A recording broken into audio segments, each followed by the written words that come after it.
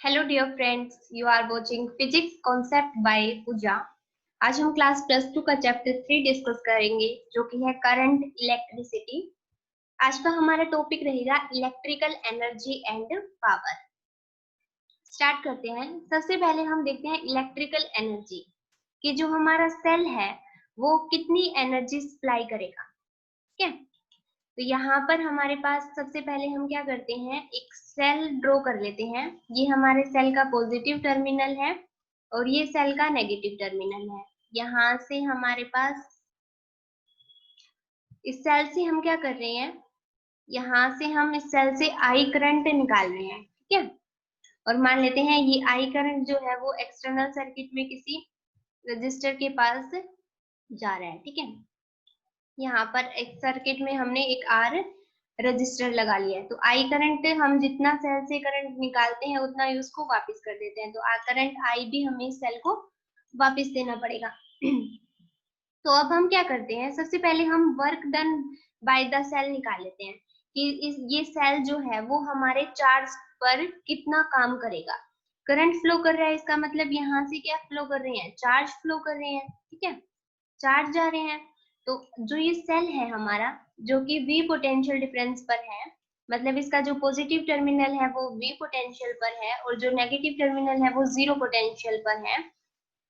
ठीक है, तो ये जो सेल है ये हमारे चार्ज पर कितना वर्क डन कर रहा है, जितना ये वर्क डन करेगा सेल वो ही क्या है, energy supplied by the cell हो जाएगी। तो हमारा पोटेंशियल डिफरेंस कितना हो जाएगा, V-0। तो इस फॉर्मूले से हम निकाल सकते हैं। ये फॉर्मूला कहाँ से आया है, ये हमें डेफिनेशन पता है पोटेंशियल डिफरेंस की क्या होती है। पोटेंशियल डिफरेंस क्या होता है, अमाउंट ऑफ वर्क डन किसके इक्वल होता है, amount of work done to bring a unit positive charge from one point to another point, कि एक यूनिट पॉजिटिव चार्ज को एक पॉइंट से दूसरे पॉइंट तक लाने के लिए जितना काम किया जाता है वही हमारा क्या होता है, पोटेंशियल डिफरेंस होता है। तो यहाँ पर हमारे सेल के अक्रॉस पोटेंशियल डिफरेंस कितना है, V-0। और work done by external agent, अब एक्सटर्नल एजेंट तो है नहीं, यहाँ पर क्या है, सेल है, तो हम लिख सकते हैं work done by cell upon में क्यू। तो यहाँ से वर्क डन बाय सेल किसके इक्वल आ जाएगा, इन क्यू इनटू में V के इक्वल आ जाएगा। ठीक है, क्यू क्या है, चार्ज, और V क्या है, पोटेंशियल। तो यहाँ से हमने फाइंड आउट कर लिया कि ये जो सेल है ये चार्ज के ऊपर कितना काम करेगा, वो ही क्या हो जाएगी, energy supplied by the cell, किसके इक्वल हो जाएगी, Q into V, joule. Energy की यूनिट क्या होती है, जूल। क्लियर है, यहाँ से हमने देख लिया कि जो हमारा सेल है वो कितना वर्क कर रहा है, वर्क डन कर रहा है क्यू इनटू V, और यही क्या है, एनर्जी सप्लाइड बाय सेल हो जाएगी Q into V, joule. Clear है, नेक्स्ट हम देखते हैं, ये तो हुई energy supplied by the cell, ये सेल जो है वो कितनी एनर्जी दे रहा है। अब हमें फाइंड आउट करनी है कि पावर कितनी जनरेट कर रहा है सेल। अब पावर क्या क्या फॉर्मूला होता है, वर्क अपॉन टाइम या बोले एनर्जी अपॉन टाइम, एक ही बात है, क्योंकि जो वर्क कर रहा है वही तो एनर्जी सप्लाई कर रहा है सेल। ठीक है, तो एनर्जी अपॉन टाइम, एनर्जी कितनी है हमारे पास, क्यू इनटू V, ये हमने अभी फाइंड आउट की है, अपॉन में टाइम।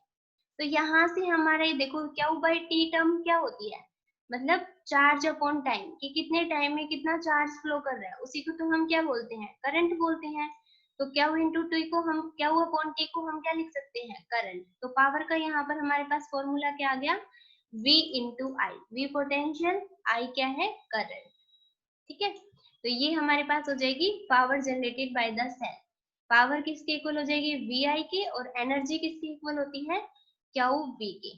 और जब एनर्जी को हम टाइम से डिवाइड कर देते हैं तो वही क्या होती है, हमारी पावर होती है। तो पावर कितनी है, V इंटू आई। ये तो हुई सेल की बात। अब हम डिस्कस करते हैं केस रजिस्टर का।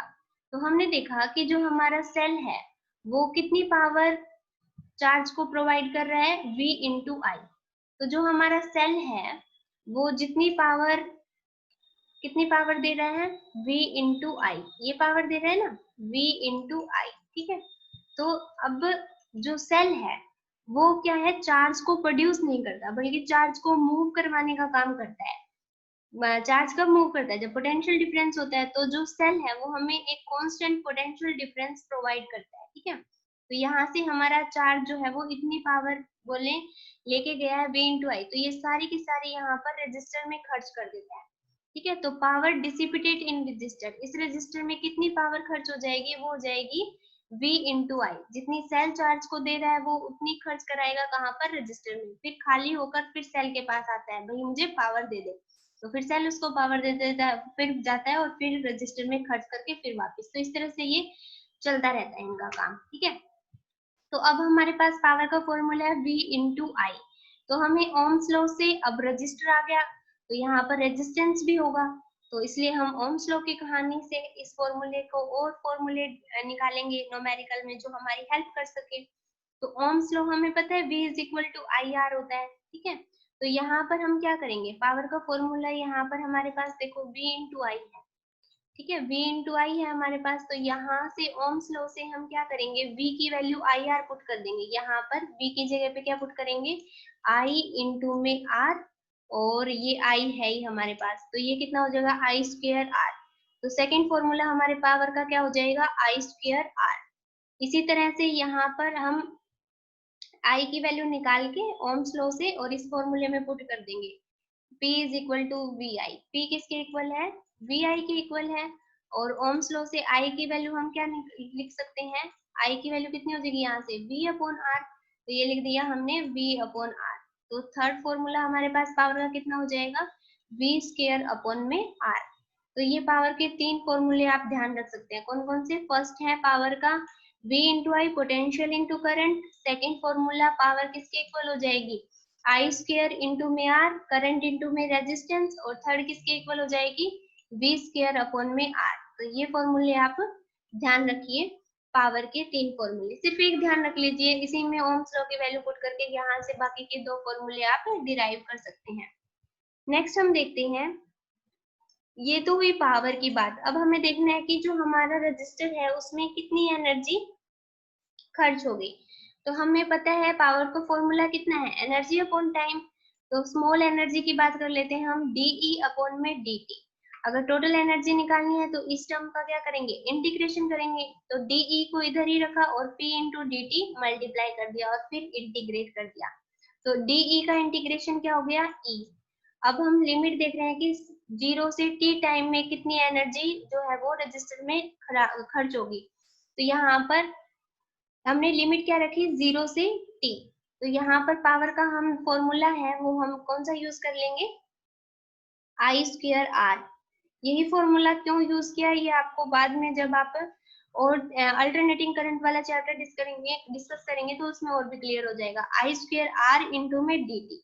ठीक है, ये हमने P की वैल्यू जो हमने सेकंड फॉर्मूला पीछे देखा था पावर का, वो वाली यूज कर ली, आई स्क्वेयर आर और डी टी। अब इसको फर्दर हम सोल्व करते हैं। ये हमारे पास क्या गया, E is equal to limit 0 से t, आई p की जगह पे I square R d t आ गया है। तो यहाँ से हम फिर इसको फर्दर सोल्व करते हैं। तो E, अगर हमारे पास करंट क्या है, कांस्टेंट है। ठीक है, करंट कांस्टेंट है तो वो क्या हो जाएगा, इंटीग्रेशन से बाहर आ जाएगा। तो यहाँ पर हम क्या करेंगे, करंट को बाहर निकाल लिया। करंट कितना है, आई स्क्वेयर आर और ये 0 से t डी टी। अब यहाँ पे अगर करंट वेरिएबल होता तो उसको इंटीग्रेशन के अंदर रख लेते, मान लेते हैं जो करंट है वो आपका किसके इक्वल होता, 2t, मतलब टाइम पे डिपेंड करता करंट। अब यहाँ पे कांस्टेंट नहीं है ना, वेरिएबल है। जब करंट टाइम 1 सेकेंड है तो करंट 2 एम्पियर हो जाएगा, 2 सेकेंड है तो करंट 4 एम्पियर हो जाएगा। तो इस तरह से करंट जो है वो टाइम के साथ वेरी करता है। लेकिन अगर हम कंसिडर करते हैं कि हमारा करंट जो है वो कांस्टेंट है तो उसको हम इंटीग्रेशन से बाहर रख सकते हैं। तो ये कितना हो जाएगा हमारा, आई स्क्वेयर आर, आर तो क्या है, रेजिस्टेंस है, वो तो कांस्टेंट है, वो बाहर निकाल लिया dt। अब यहाँ से dt का इंटीग्रेशन क्या हो जाएगा, t हो जाएगा। यहाँ से देखो ये इक्वेशन है ना, इसको मैं सोल्व कर रही हूँ। E is equal to I square R, तो क्या है हमारे कांस्टेंट है, वो मैंने बाहर निकाल लिया। अब dt का इंटीग्रेशन जो है वो t हो गया। और लिमिट्स कहाँ से कहाँ तक है, 0 से t तक है। तो यहाँ पर हम आई स्क्वेयर आर, और जब इसमें लिमिट पुट करेंगे, अपर लिमिट पुट करेंगे दैट इज t, माइनस के लोअर लिमिट कितनी है, 0, तो ये कितना आ जाएगा, t ही आ जाएगा। तो ये हमारे पास आ गया आई स्क्वेयर आर टी। ठीक है, तो ये हमारे पास एनर्जी का फॉर्मूला हो गया, E is equal to I square R T. तो ये आप ये फॉर्मूले तीनों के तीनों इससे भी ध्यान रख सकते हो। सिंपली हमने क्या किया, अभी हमने पावर का फॉर्मूला अगर आपको ध्यान है तो पावर किसके इक्वल होती है, एनर्जी अपॉन टाइम के इक्वल होती है ना, एनर्जी अपॉन टाइम के। तो यहाँ से देखो एनर्जी किसके इक्वल हो जाएगी, पावर इंटू टाइम के इक्वल हो जाएगी, पावर इंटू टाइम। और पावर के फॉर्मूले अभी आपने पढ़े हैं कौन कौन से, V I, V square R, V square upon R और आई स्क्र इंटू में आर। तो इनको टाइम से अगर मल्टीप्लाई कर दोगे तो वो फॉर्मूले किसके बन जाएंगे, एनर्जी के बन जाएंगे। देखो तो यहाँ से ये आई स्क्र आर आपने अभी पीछे पावर पढ़ी है उसको टाइम से मल्टीप्लाई कर दिया तो ये क्या होगी, एनर्जी। सेकंड फॉर्मूला पढ़ा था V square upon R, into में टाइम से मल्टीप्लाई किया, एनर्जी बन गई। वी आई पावर का फॉर्मूला है और टाइम से मल्टीप्लाई किया तो क्या बन गई, एनर्जी बन गई। तो आप एक फॉर्मूला याद कर लीजिए पावर के, उससे आप सारे एनर्जी के भी फाइंड आउट कर सकते हैं, सिर्फ उससे मल्टीप्लाई ही तो करना है। ठीक है, नेक्स्ट हम एक न्यूमेरिकल देख लेते हैं जिससे आपका कॉन्सेप्ट और भी अच्छी तरह से क्लियर हो जाए। ये इस तरह के न्यूमेरिकल्स जो है वो एग्जाम में आते हैं कई बार। तो हमसे पूछा गया है कि कौन सा बल्ब जो है वो ज्यादा ब्राइटर है, ठीक है, ज्यादा ब्राइटर ग्लो करेगा। तो हमारे पास दो बल्ब ले लेते हैं हम।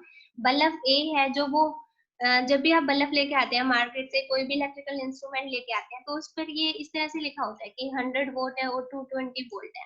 इसका क्या मीनिंग होता है कि अगर आप उस इंस्ट्रूमेंट को इतना पोटेंशियल डिफरेंस दोगे, 220 वोल्ट का वोल्ट का पोटेंशियल डिफरेंस दोगे तो वो आपको 100 वोल्ट की जो है पावर देगा।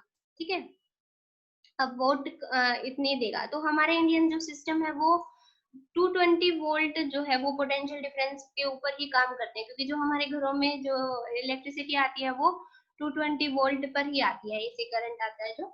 ठीक है, लेकिन यूएसए वगैरह में वो किस पर काम करते हैं, 110 वोल्ट पर काम करते हैं। तो अभी हमें बताना है कि भाई इन दोनों में से कौन सा बल्ब ज्यादा ग्लो करेगा। तो यहाँ पर देखो हमें सिर्फ पोटेंशियल दिया हुआ है, यहाँ हमें पावर भी गिवन है और पोटेंशियल भी गिवन है। तो इन दोनों बल्ब्स को क्या क्वांटिटी जो है वो कांस्टेंट रहेगी, तो जो रेजिस्टेंस है, क्योंकि रेजिस्टेंस तो क्या है, दोनों बल्ब का कांस्टेंट ही रहेगा। तो हम सबसे पहले क्या है, रेजिस्टेंस निकाल लेते हैं। तो वो हमारा जो कैलकुलेशंस है उसमें हम इजीली फिर वैल्यू फाइंड आउट कर सकते हैं। तो रेजिस्टेंस है वो कांस्टेंट रहेगा, तो रेजिस्टेंस फाइंड आउट कर सकते हैं। हमारे पास देखो फर्स्ट बल्ब में पावर भी गिवन है और वोल्टेज भी गिवन है, तो हमारे लिए कौन सा फॉर्मूला बेस्ट रहेगा, जिसमें पोटेंशियल और पावर दोनों चीज हो। तो पावर का ये फॉर्मूला हम यूज कर सकते हैं, power is equal to V square upon में आर। तो यहाँ से आर किसके इक्वल हो जाएगा, आर को इधर ले जाएंगे तो वी स्क्वायर अपॉन में पी। वी स्क्वायर कितना है यहाँ पर, वी हमें देखो कितना दे रखा है, 220 वोल्ट का स्क्वायर करेंगे 220 इंटू में 220 अपॉन में पावर कितनी है हमारे पास 100 वोल्ट। तो ये वैल्यू हम फाइंड आउट करेंगे और रेजिस्टेंस की वैल्यू फाइंड आउट कर लेंगे। रेजिस्टेंस हमारा कितना आ जाएगा, अब V की वैल्यू देखो 220 पावर कितनी है 100 वोल्ट है, तो हमारे पास रेजिस्टेंस की वैल्यू आ गई 484 ओम। अब ये रेजिस्टेंस हम बल्ब सेकंड के लिए यूज कर सकते हैं, क्योंकि सेकंड बल्ब का हमें पोटेंशियल तो गिवन है और रेजिस्टेंस हमने फाइंड आउट कर लिया, तो वहां से हम पावर निकाल लेंगे। पावर क्यों निकाल रहे हैं, क्योंकि जो ब्राइटनेस है वो डिपेंड करती है पावर के ऊपर ही, जिस बल्ब की ज्यादा पावर वो उतना ही ज्यादा ब्राइट होगा। तो वी स्क्वायर यहाँ पर कितना है हमारे बल्ब बी में, बल्ब बी का वी स्क्वायर है हमारा 110। तो 110 इंटू 110 और आर की वैल्यू 484 हमने अभी फाइंड आउट की है। तो ये जो वैल्यू है ये हम कैलकुलेट करेंगे तो हमारे पास कितना आ जाएगा, 25 वोट आ जाएगा। 25 वोट, वोट का मतलब क्या है, जूल पर सेकंड को ही तो हम वोट लिखते हैं ना, मतलब एक सेकंड में कितनी एनर्जी हमें बल्ब जो है वो प्रोवाइड करेगा।